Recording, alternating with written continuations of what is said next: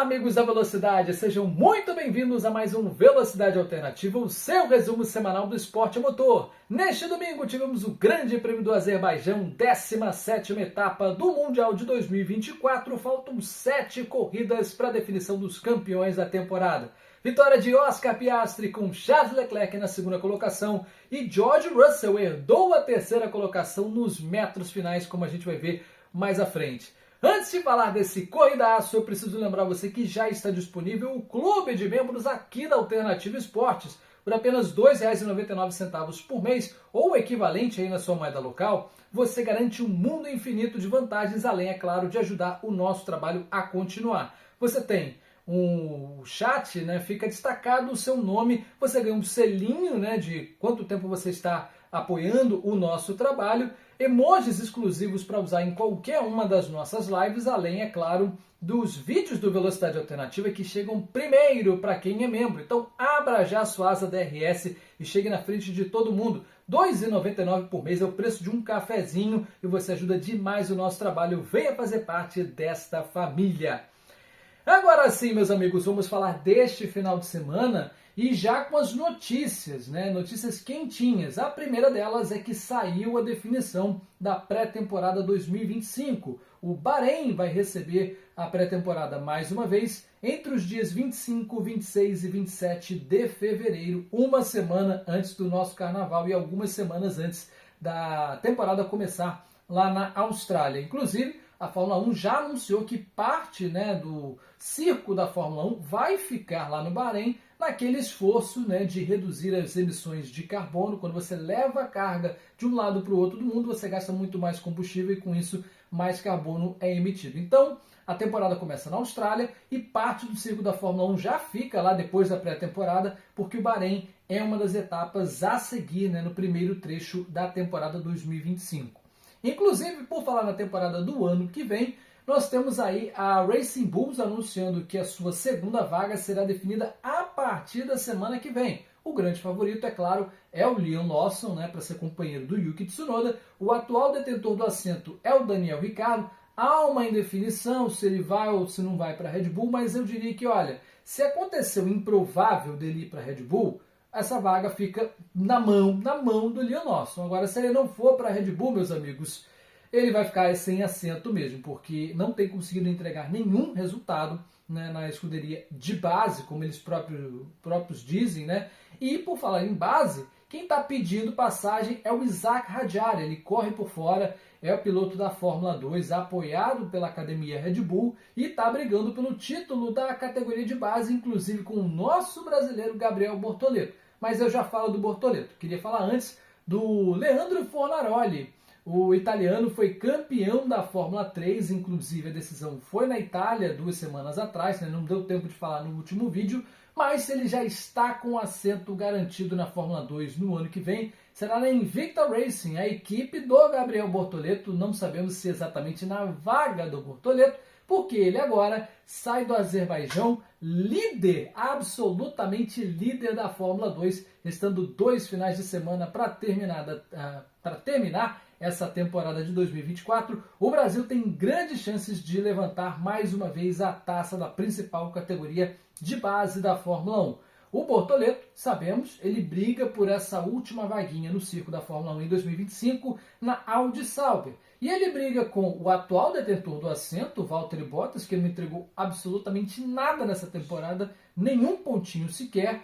E briga também com Franco Colapinto, veja só, hoje piloto da Williams, cumprindo aí essas últimas corridas da temporada, empolgou tanto, como veremos aqui ao longo desse vídeo, que o James Vowles quer mantê-lo no grid para 2025. Mas o Bortoleto é um grande favorito para essa vaga, até porque tem o apoio da Academia McLaren, ele ainda não tem condições de fazer um treino livre 1, a apuração do nosso Sérgio Milani fez ali quase 300 km num teste privado, mas como ele não completou 300 km, ele não tem ainda a possibilidade de estar num treino livre 1 da Fórmula 1. Mas calma, tudo a seu tempo, vai ter oportunidade para ele pilotar, quem sabe aí até na McLaren, aquele teste de jovens pilotos nos treinos livre 1 pela frente. Então tem 7 corridas pela frente, ainda tem muito o que acontecer.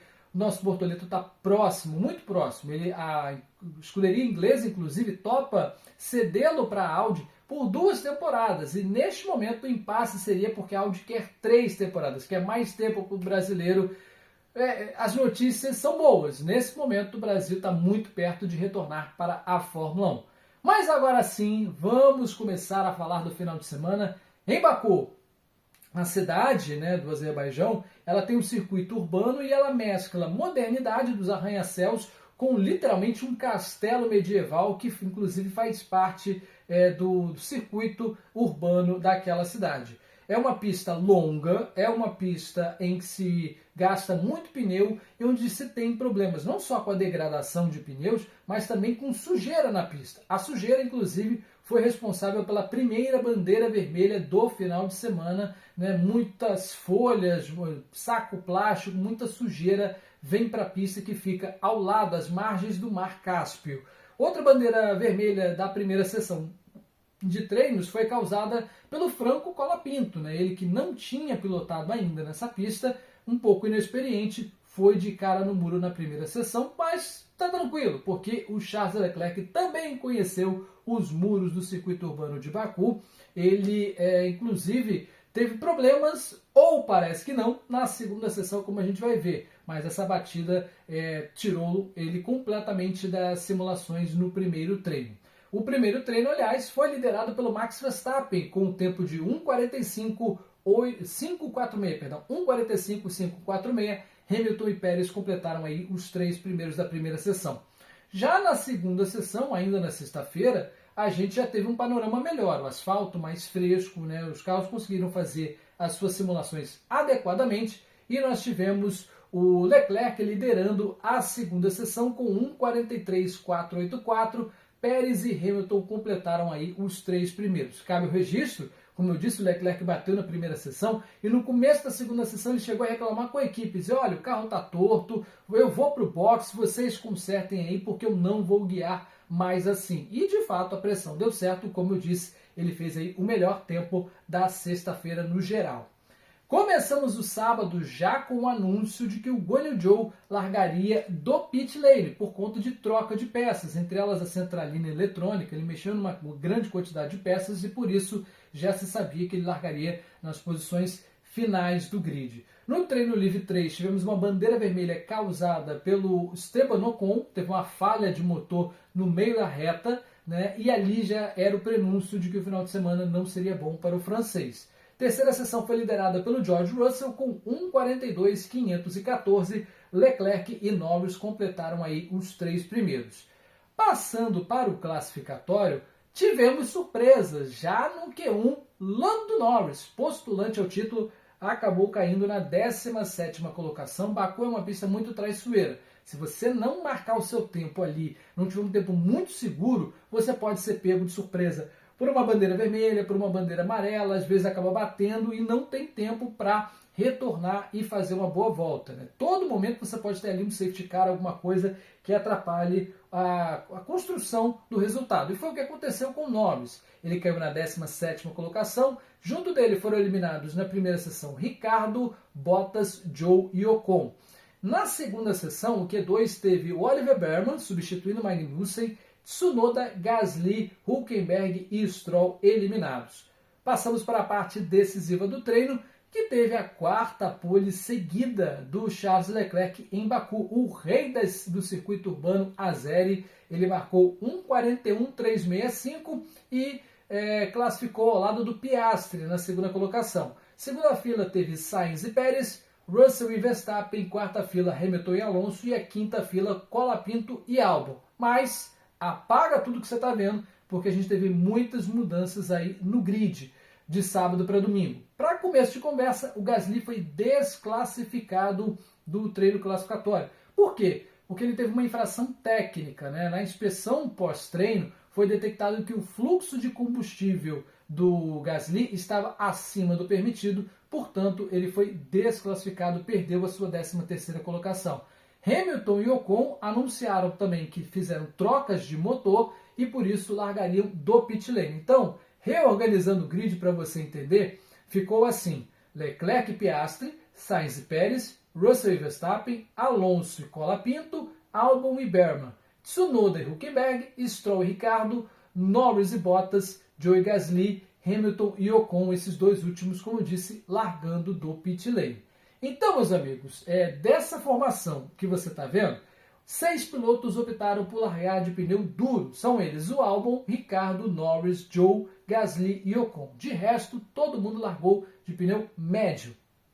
Na primeira volta, na largada, o Leclerc conseguiu se manter na liderança e o Pérez passou o Sainz ao longo da primeira volta. Teve um toquezinho entre o Tsunoda e o Stroll, pior para o Tsunoda, que viria abandonar algumas voltas depois, com danos ali na lateral do carro, e o Stroll teve pneu furado, já comprometeu a sua prova completamente ali. O Gasly, destaque da primeira volta, conseguiu ganhar 3 colocações na primeira volta, e 11 voltas depois da largada, o Colapinto já abriu ali a janela de paradas. Estava previsto uma parada, mas os pilotos na gama mais mole disponível tinham que se segurar. E o Colapinto, um piloto novato, ainda não sabe muito bem o gerenciamento de pneus, acabou abrindo a janela e colocando o pneu duro já na volta 11. Volta 12 teve Alonso e Bottas indo para o box. Volta 13, Hamilton, Verstappen e Russell foram para os pits. E aí os líderes começaram a parar mais para frente. O Piastri parou na volta 16, mesmo a volta em que o Tsunoda não conseguiu mais continuar e acabou abandonando a prova.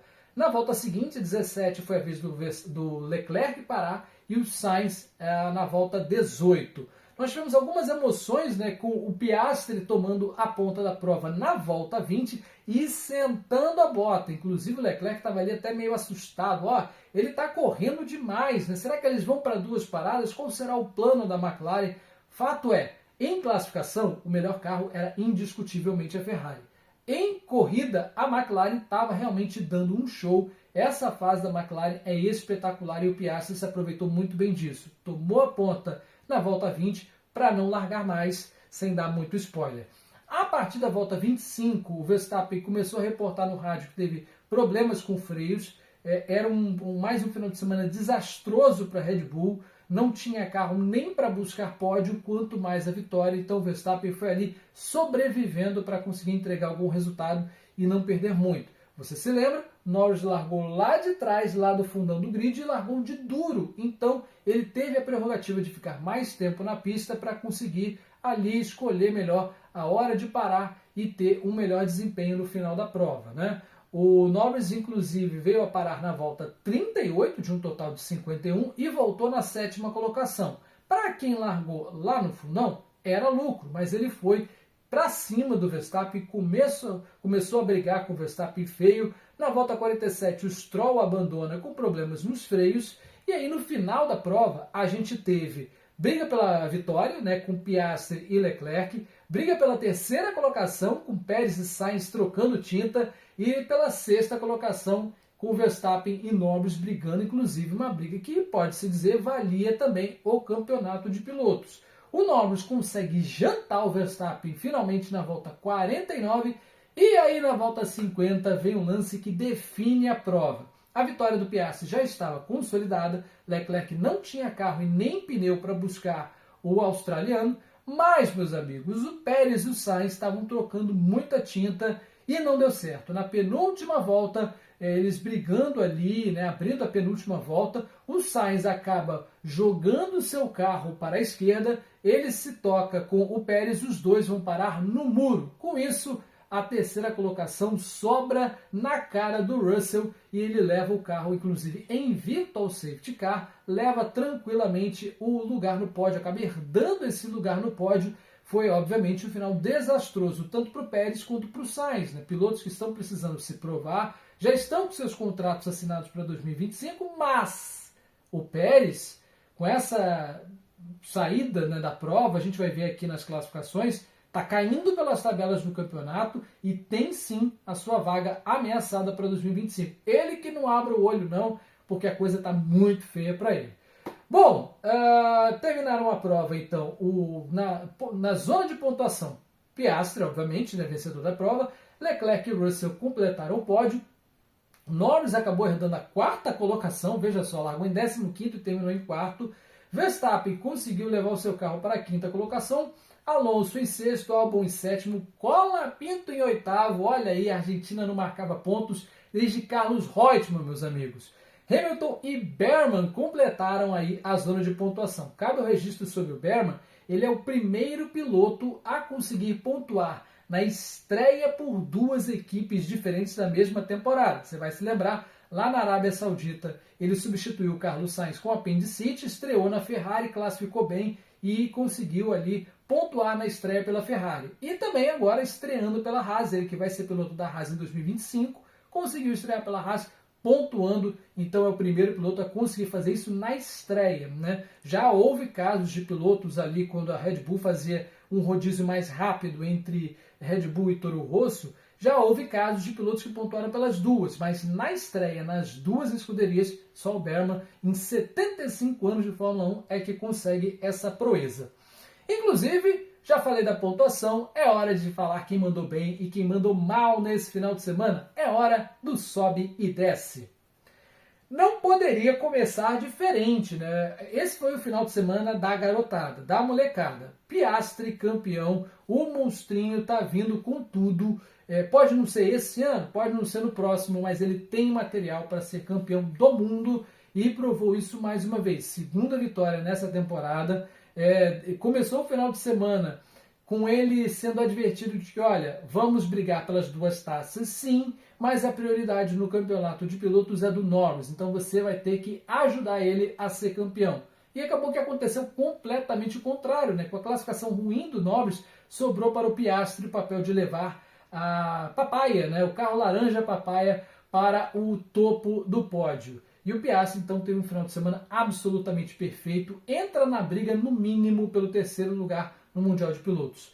O Colapinto também merece destaque, o argentino em sua segunda prova já conseguiu um oitavo lugar, que é melhor do que Logan Sargent conseguiu em 1 ano e meio. Veja só quanto tempo a Williams perdeu desperdiçando com um piloto pagante. Não que o Colapinto também não seja, ele é muito bem apoiado pelo setor petrolífero da Argentina, mas ele mostra resultado, conseguiu um oitavo lugar e é a primeira vez em muito tempo que a Williams pontua com 2 carros, então parabéns ao argentino. E claro, tenho que parabenizar Ollie Berman, o britânico, né, conseguiu aí essa façanha de pontuar na estreia por 2 equipes diferentes na mesma temporada e, sinceramente, o que Magnussen está fazendo na Fórmula 1? Eu, por mim, se eu fosse o Komatsu, né, da Haas, eu já deixava o Berman de cara. Não, deixa nem ele terminar a temporada da Fórmula 2, até porque a Fórmula 2 só volta daqui a 2 meses. Então, já deixava o garoto se ambientando, demite o Magnussen, que não está entregando absolutamente nada, e o Berman já conseguiu, na corrida de estreia, superar inclusive o Hülkenberg, coisa que o Magnussen não estava fazendo. Agora, eu vou falar também, preciso criticar aqui o Lando Norris, né? Ok, o encerramento da prova, né, no resultado, ele foi 4º lugar? Foi. Chegou à frente do Verstappen? Chegou. Mas é inadmissível um piloto com o carro que tem, com o potencial que tem, com a equipe que tem, o momento em que a McLaren está, o Norris não pode dar a bobeada que deu de cair no Q1. E assim, teve que contar com a sorte, né? Contou com a desqualificação do Gasly, com o Hamilton e Ocon, no caso só o Hamilton, né, que estava à frente dele, mas com o Hamilton e Ocon trocando o motor, com uma boa estratégia de prova, isso tem que ser ressaltado, mas era para o Norris pelo menos brigar pela 3ª colocação, pela 2ª colocação e quem sabe, né, com essa prioridade em cima do Piastri até vencer a prova e somar muito mais pontos que o Verstappen. Saiu no lucro, mas não gostei do final de semana do britânico. Preciso falar mal também de Stroll. Quem eu preciso falar mais, né? O piloto pagante canadense mais uma vez comprometeu a corrida do Tsunoda, comprometeu a sua própria corrida na primeira volta.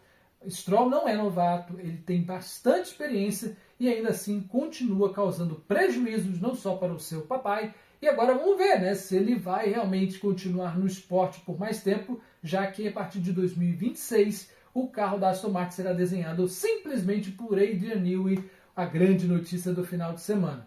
Então vamos ver o que vai dar do Stroll, mas não vejo muito horizonte, não vejo muito progresso em manter esse piloto na escuderia, por mais que seja do pai dele, né, o principal acionista.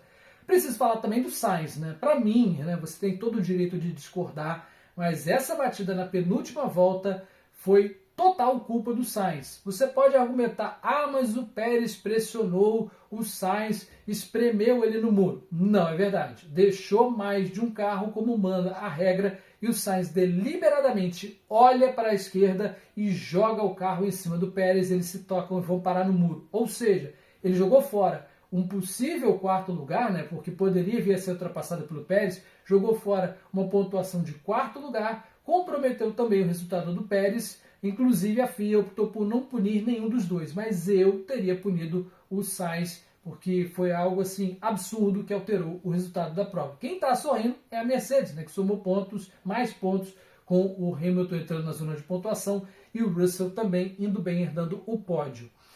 Por falar em pódio, por falar em pontos, é hora da gente conferir como andam os campeonatos e tem mudança. Vamos lá para as classificações.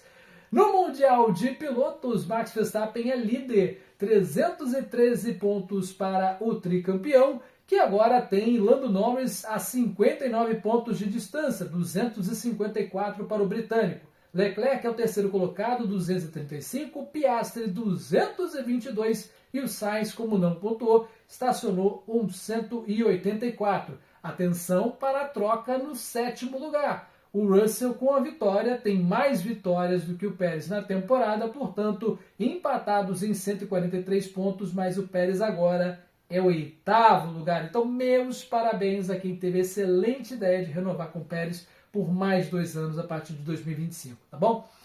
Mundial de Construtoras agora sim, segue a líder e a líder agora é laranja papaya. A McLaren assumiu a ponta do Mundial de Construtoras com 476 pontos, passa a Red Bull, que fica com 456. Veja só, o final de semana foi tão bom que a McLaren conseguiu passar a Red Bull e ainda abrir 20 pontos, tem muito campeonato pela frente.